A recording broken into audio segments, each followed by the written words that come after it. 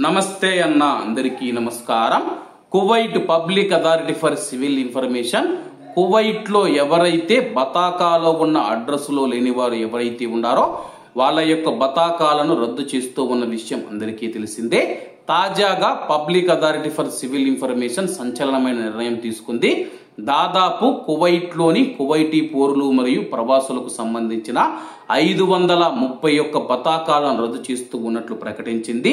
వివరాల్లోకి వెళితే కువైట్ లో నివాస భవనాల యజమానుల ఆమోదంతో లేదా భవనాల కూల్చివేత కారణంగా 531 మంది వ్యక్తుల నివాస చిరునామాలను తమ యొక్క రికార్డుల నుంచి తొలగిస్తూ ఉన్నట్లు public authority for civil information ప్రకటించింది. కువైట్ ఆల్ యూమ్ లో ప్రచురించబడిన ఒక ప్రకటనలో public authority for civil information ఈ వ్యక్తులు అధికారికంగా కొత్త చిరునామాను నమోదు చేసి 30 రోజుల లోపు అవసరమైన పత్రాలను సమర్పించాలని కోరింది. లేకపోతే కానీ కువైట్ చట్టాల ప్రకారం 2/1982లోని ఆర్టికల్ 33 ప్రకారం 100 దినార్ల వరకు జరిమానా విధించబడుతుందని చెప్పి అధికారులు హెచ్చరించారు.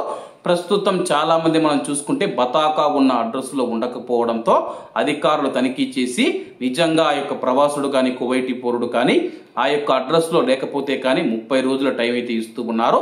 మీరు ప్రస్తుతం ఉంటూ ఉన్న అడ్రస్ కు సంబంధించిన యజమాని యొక్క రెంటల్ అగ్రిమెంట్ ఏదైతే ఉందో, మీరు ఎక్కడైతే రూము అద్దెకు ఉంటూ ఉన్నారో బాడుకు ఉంటూ ఉన్నారో ఆ యొక్క యజమాని నుంచి అయితే మీరు ఒక అగ్రిమెంట్ అయితే తీసుకురావాల్సి ఉంటుంది.